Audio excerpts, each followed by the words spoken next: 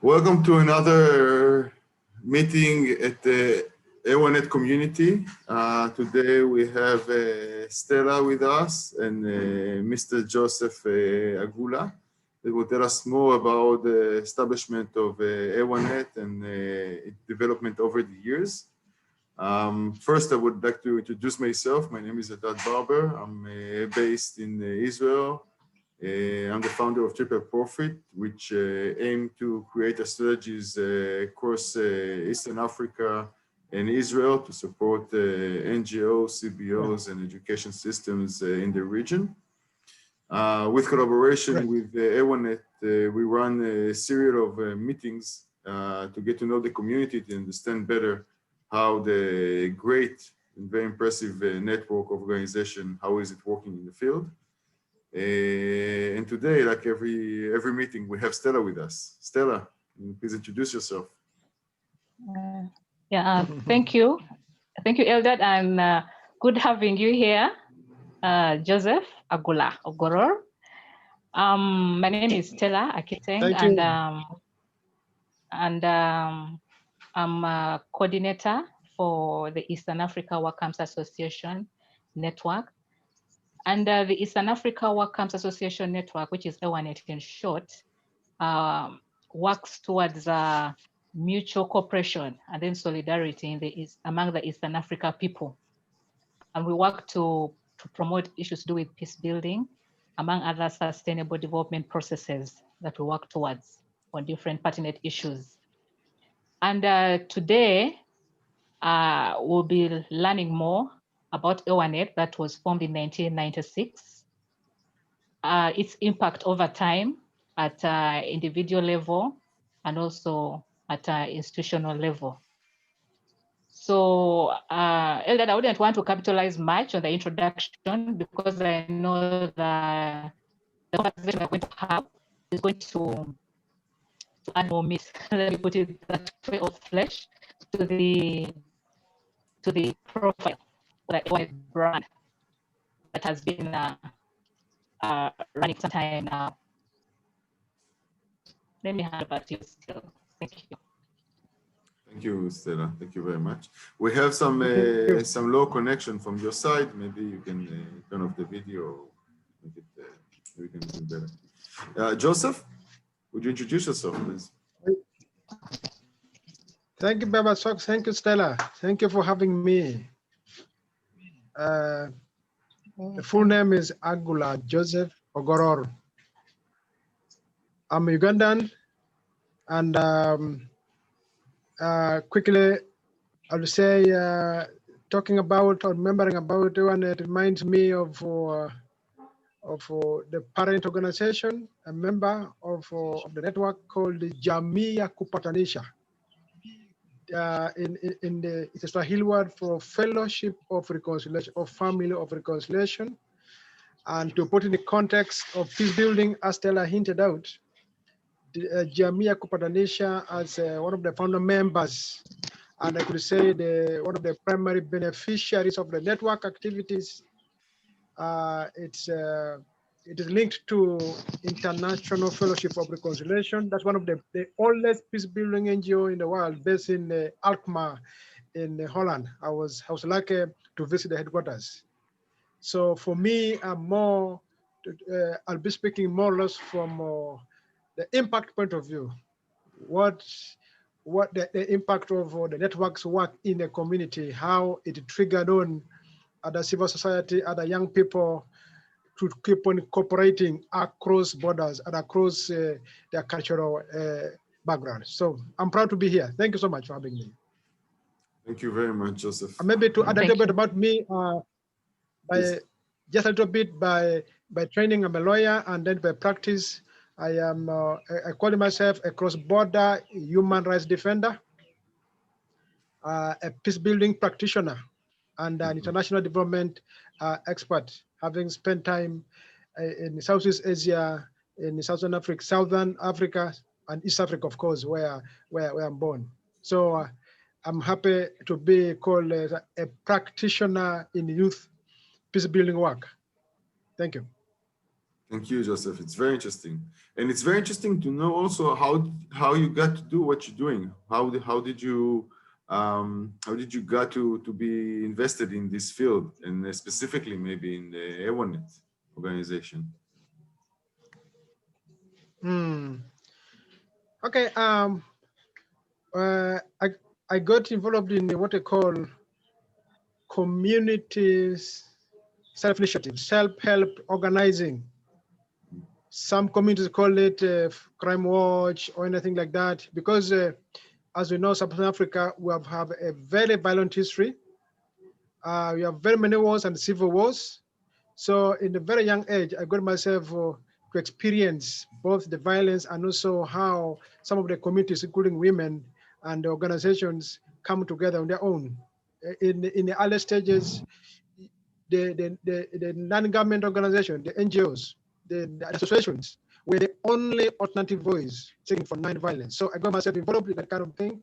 And this explains why all what I do, it develops about the people, about non-violence, about working with and through others.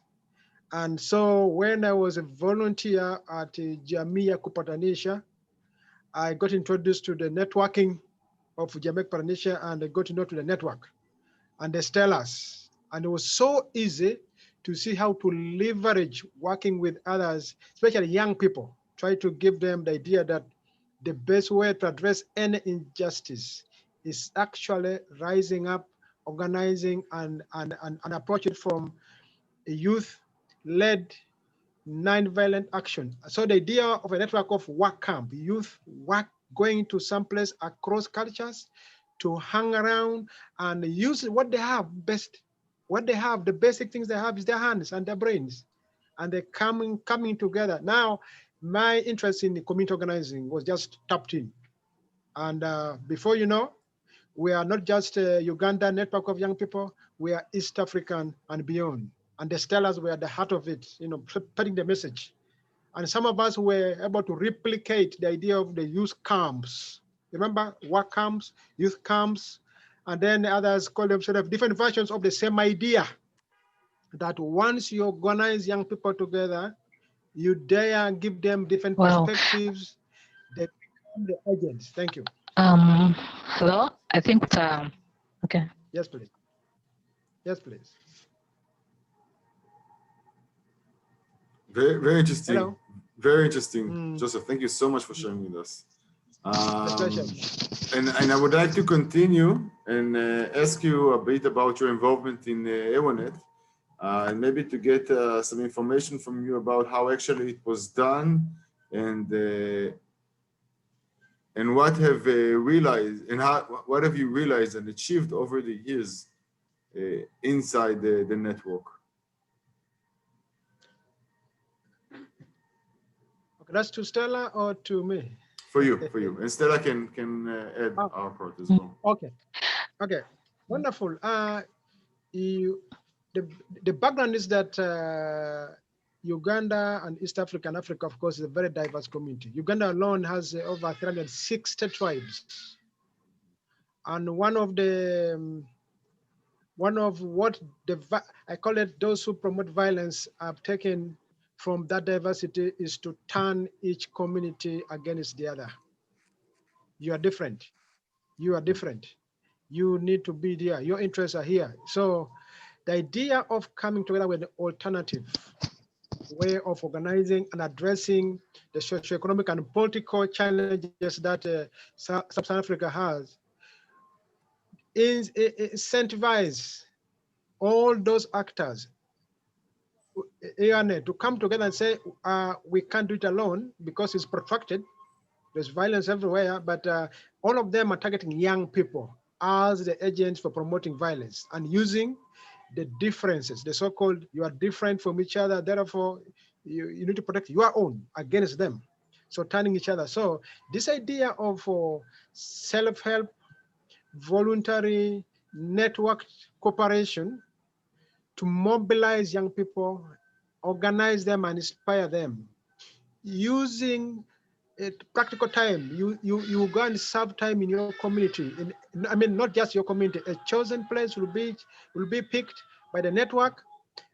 Program agenda is developed with young people and the youth organization and the partners taking it through. You have resource persons, but largely this envelopes going to a rural community that is underserved, and actually do practical work. Get your hands dirty. Meanwhile, you're making sense with the concepts. You're learning something, building friendship across the cultural divide, sometimes across the national borders. So you find Kenyans joining Ugandans, Tanzanians, Sudanese. By then was Sudan. There was no South Sudan. But of course, we knew there was this long-term war to make sure South Sudanese secede from Sudan. So that all that was developed. So, but the idea was that we have one framework of youth coming to a work camp across East Africa. By then it was Kenya, Tanzania, and Uganda only. Some of the aspirations that were evoked or inspired during that interaction actually made young people say, but then why are we only three? We have Rwanda, we have Burundi, we have Sudan, and South Sudan soon will become a nation. Today, I'm happy to report that during this conversation today, Eastern Africa, East African community has Burundi, has Rwanda, has South Sudan, and almost has the DRC on board. And there's even discussion to bring Somalia and Sudan, Khartoum on board. Now, I may not say directly we actually influenced as the youth of East Africa, influenced East Africa, but I can tell you those sentiments, those resolutions that we made in these work camps, on and on, have been an echoing common voice that we are one, we're diverse and rich, but not diverse and irreconcilable. Apparently, today we have East Africa back in business. It was the bank last time, but again it's back, and they are banking on the people-to-people cooperation. As we speak now, the remaining protocols that have been signed, the signed protocols encourage people-to-people cooperation. Now, EAWANET and its partners has already planted the seed. Mm-hmm. We can, what Stella and others just have to do is, like you're doing now, just flash the photos, flash the memories, the memorandum, the resolutions of these ordinary young people who just made in a very on-down language to say it was already in our minds. We even envisioned, we even dreamed about it, we fantasized about it. Some of us, by the way, through Jamii Kupatanisha, we did what we call cross-border interactions with young people from Rwanda, Burundi, DRC, and Uganda, and South Sudan. Sudan then. One of the idea was to take the idea of work camp. The work camp, we call it multicultural youth peace camp. That was now handled by a partner of the network called Jamii Kupatanisha.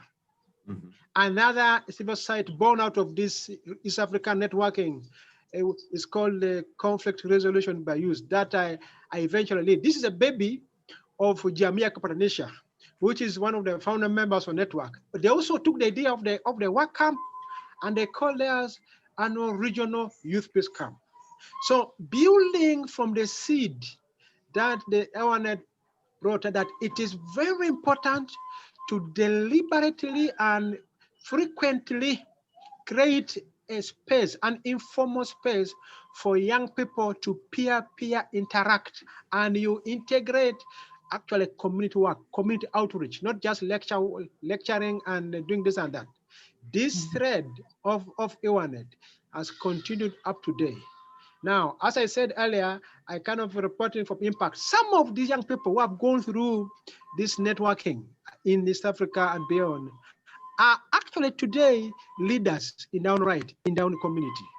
I have evidence of this kind, not just in Uganda, in Rwanda, in Kenya, and elsewhere. With just a matter of time and resources for us to do deliberate tracking of these alumni or beneficiaries. And we have a large army of community mobilizers, community organizers, and community leaders that now the current East African leadership and the community will tap in for promoting what they call people-to-people cooperation for integration in the region, but also in Africa. So for me, I am very excited to be reminded that what we do today, the right things to do today, especially to young people, practical stuff, theories and the rest, exposing them to positive way of looking at things, can be a very important tool. And I want to bring this close to 2015, where I had a rare chance to be engaged as international peace building expert in South Sudan. But the person who was there before me is Stella herself. South Sudan, among other complex emergencies, requires you as an actor in peace building to be complete. You should be ready to run the whole show, because in the complex emergencies, all assumptions can be all declared wrong by the fluidity of the conflict. I and Stella express all. At some point, we are to tap in our what we call the professional experience to even help the host organization and the founder, UNDP, to make sense with the context that was changing very fast.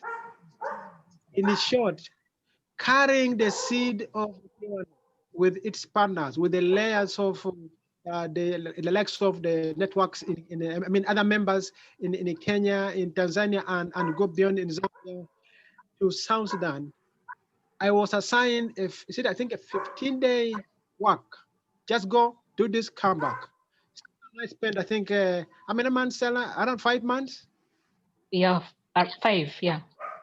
And that was only possible because of the experience and expertise that we have working in the region. And you tap in the networks. The big point, the big take home here, once you invest in the young people and the youth organizations, the partners that support the youth, and put resources, capacity building, and the most important one, this is what I call experiential learning.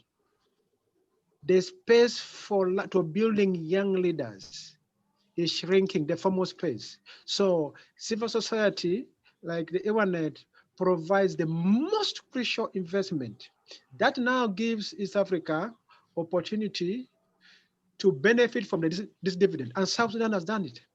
We have in South Sudan a team of what we call interlocutors.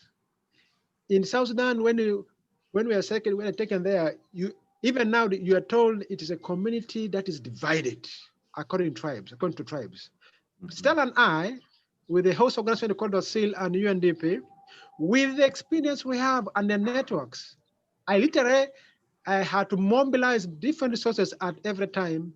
Stella doing the same thing. And we're quickly remembering ourselves that no, we tap in the professionalism that we have acquired through I call it now the multi-stakeholder cooperation, that EAWANET and that framework of cross-border youth-focused cooperation helped. Today, those young men and women are the only remaining thread to connecting the different communities. That everybody says they can't be reconciled. It was proven wrong. You just need to connect them. So thank you so much. Thank you, Joseph. Thank you. And maybe Elder, what maybe Joseph has forgotten to mention is like during EAWANET at that time, they would also invite him to train the fellow members of EAWANET. He hasn't, I think he's forgotten to touch on that. But he also mentioned something, yes, if you may, you could say something about the training that you did at EAWANET. Okay. Marcella, just quickly on that one, I heard that my background is that because of my experience in early in organizing communities and young people, actually we were in our community, we had a civil rebellion. Eh?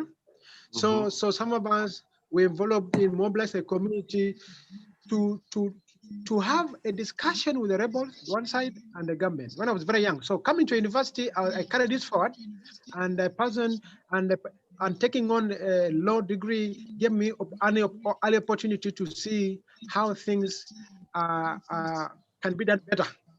So when I volunteered at Jamaica Pranisha and later with the conflict resolution by youth, you see the thread is about youth organizing.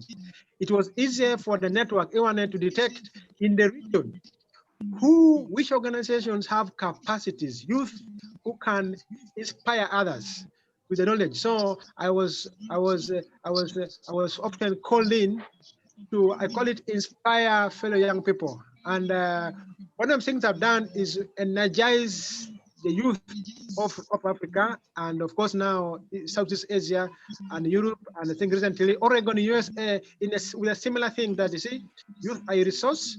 You just need to make sure they are exposed to a positive perspective. So I could offer those perspectives to the young people during these work camps and other EAWANET workshops that come around or that we organize as members, because the idea was you develop as many members to run the agenda, develop the agenda and run it. Thank you, Stella, for reminding me. Thank you. Yeah, and so, sorry. So that I think one of the critical issues here is when it comes to impact, just mentioned something to do with sowing seeds. You know, many times when we're doing impact assessment, probably we want to look at immediate figures, you know, quantify, and maybe the program should be running continuously. But we realize that from around after some time, these seeds that were planted got scattered in different areas, in different countries and different maybe country placement in terms of development programs. So we find that maybe like with me, I ended up after working for some time, after the EAWANET engagements, for some time to go to Northern Uganda, which was a conflict I was there for 6 years and 5 months. The process was just recovering. But I can assure you that whatever work I have been able to do in any organization, I keep taking it back to the experience and the mentorship that EAWANET gave me. And you know, there's the way EAWANET links up. From the visuals, you be able to see some of the people, you know, who end up calling, come and participate in this, come and contribute to this. I know because of that training, that mentorship, and that skill set that has been imparted into us, we are able to kind of adapt to different situations in ensuring community service delivery. So, and we're also proud to see that you know, the participants of the time have also created organizations. For example, I can tell you that that was the idea to Stella, your connection is not very good. Maybe you can turn off the video so we can hear you better. No, I think it's connection. Okay. Okay. Is this still bad? Still bad, yes. Yeah. Yeah, this is okay? Very good. Thank you. Yes, okay. Yes. So I was saying that I can tell you that IDA, Intercultural Development Agency, was birthed on the way to Yei. After observing what happens from Kampala through Koboko to Yei. At that time, it was the new Sudan at the time. It wasn't South Sudan then.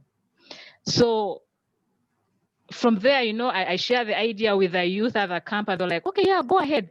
And I'm telling you that even today, it is those very youth who keep following up. How is IDA?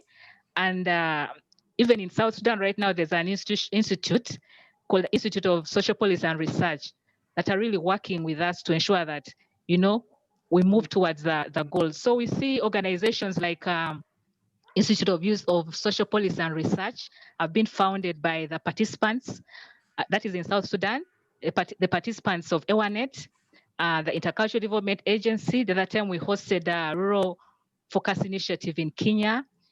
We have other two organizations in Tanzania. One is a social consult, and then the other one is a primary school. So we look at all these as indicators. And the fact that they come back and they say, in addition to giving back to their communities, but they say, we are coming back to give back to EAWANET. And these are forming the steering team that provide guidance. So for even as I perform my work as a coordinator, they are the background to ensure that, okay, maybe we need to go this direction, or we need to go the other direction. I just thought I would add that. Thank you. Amazing. Thank you very much. Yeah. I just want to relate to what Stella and you, Joseph, were mentioning. I think over time, when we work in the field and we try to create the most, first of all, the most of the impact that is possible, of course, the positive one, and also to create sustainability, we learned that if we invest much of our time in training and capacitating the locals or the people that have the local influence, we can see how they keep working and keep creating new projects over time. So it's amazing to invest in the people that stays in the field and can create this impact even after we leave. And another thing about it is also when we think about measuring the impact, if we can see that our alumni is keep growing and keep developing and keep investing in the programs, I think it's one of the easiest and very accessible way to measure also our impact in the field. Maybe we go over some documents we have from EAWANET and some photos, and maybe Stella, you can take us through what do we see here in those videos, and maybe you can explain a bit. Am I audible enough? Yes. Yes. Hello? Yes. Yes, very good. Yes. I can hear. Yeah, that is what we call the work camp, where the volunteers, international volunteers, we had a theater work camp. Sorry, it was funded Stella. by UNESCO. Stella, sorry, maybe turn off the video. We can't hear very well. Okay, that's fine. Yeah, that photo you see is an international theater work camp that was majorly targeting English-speaking African countries. That was in 2015. Sorry, 2005. That was 2005. Yes. It was a youth camp, and it converted different participants from the Gambia. We had the Netherlands, we had Canada, we had the US. I think every continent was represented. And we had different activities that encompassed doing a procession, as you see later on. So we ended up creating a manual. Like I said, it was fun. It was organized through EAWANET, but the major funders were UNESCO. So we had UNESCO Paris represented. We had UNESCO Senegal represented. And then we also had the coordinating committee for international voluntary services, that is CCIVS, which headquarters are in France for that group photo. And then this here where the volunteers are appealing, that is, it was a national work camp in Wakiso, sorry, in Luwero. Luwero is also in central Uganda. It's in the Buganda region. So basically there we're also following up on this work camp. The theater work camp is like applying what was learned during this work camp into the local context to test the skills that had been acquired. So for the international work camp, that procession, the procession there, that was one of the activities that were happening. Also kind of doing an awareness creation on the program. And those are the ones with machines. And here where you see that was a professor from Burkina Faso in this circle of meeting. And he was also having a session on forum theater. It was majorly a session in preparation for the field activities, to create to apply what has been the training package that was being developed then. And then in this corner, it was majorly just chilling, I would say, in the evening after a day's work as participants. Yes. And we have some more photos here. So next, that is community outreach. Here where you see that young boy, that is Yasin, he's now grown. That was like applying what was learned in the let me call it in the classroom, to apply it in the community.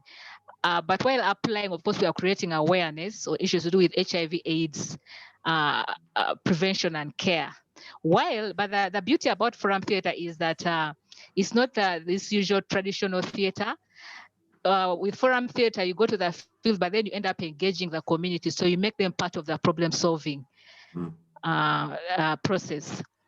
So on this other side, where there are some people standing in front of a crowd, that is again in Luero.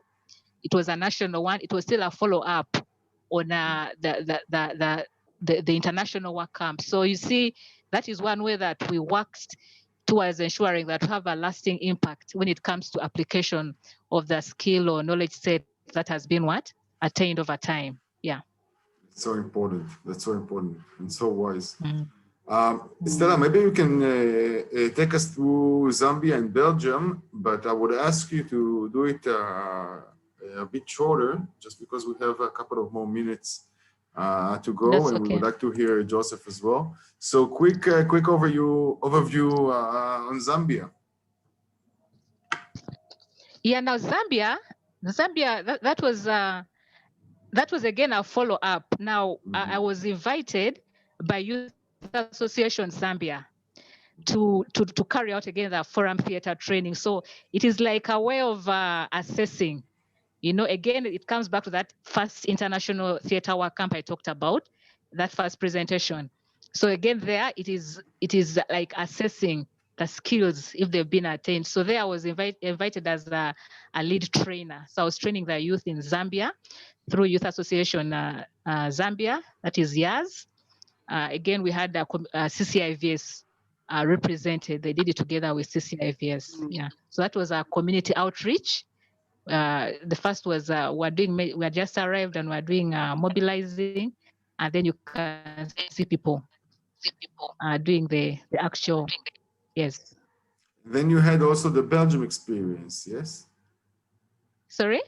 You had the Belgium experience.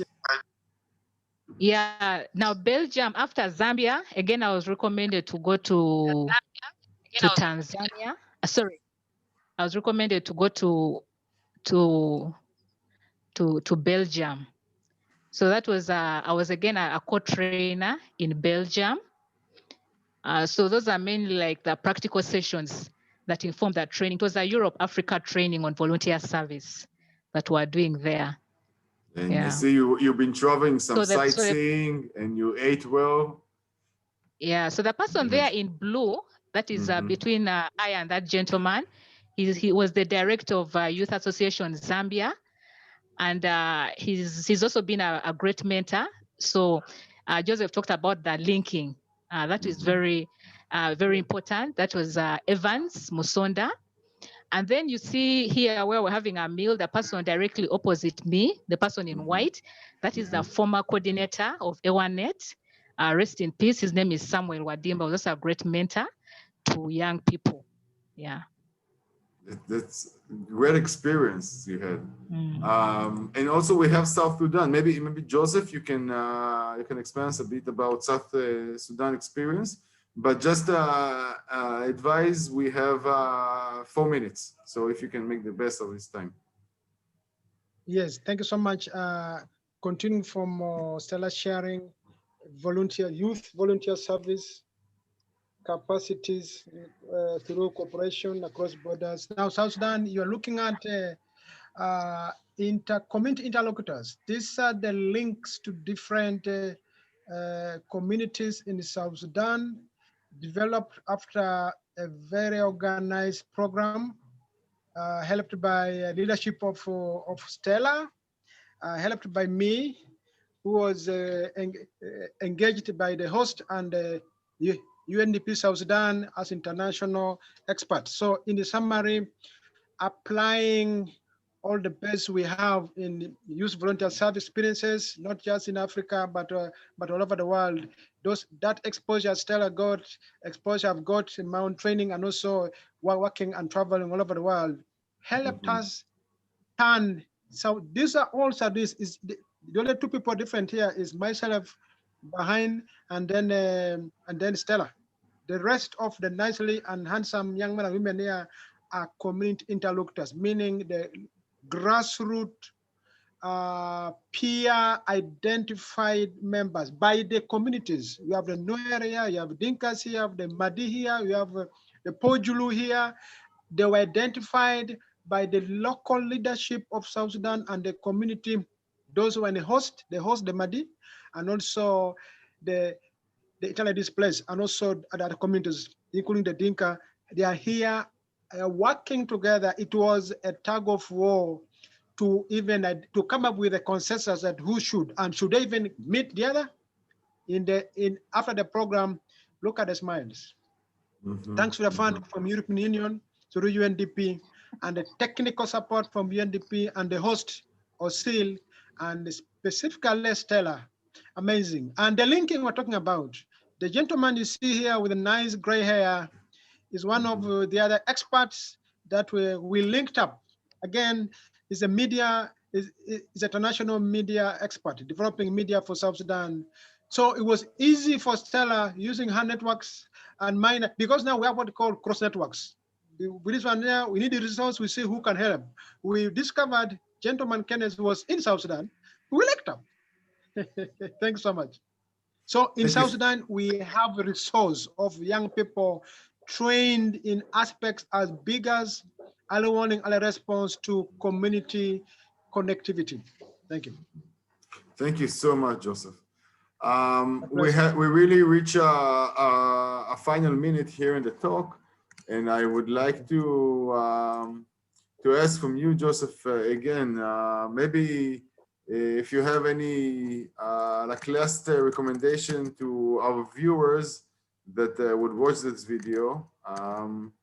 When you go and you try to create a project, when you try to create the best of the impact in the field, just in very short, what would you recommend them? One tip that is very important to take with you.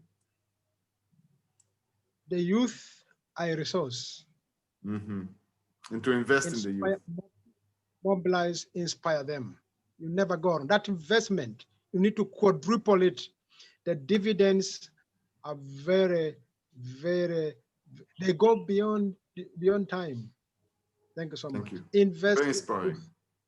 Very inspiring. Thank you very much, Joseph, and thank you very much, Stella.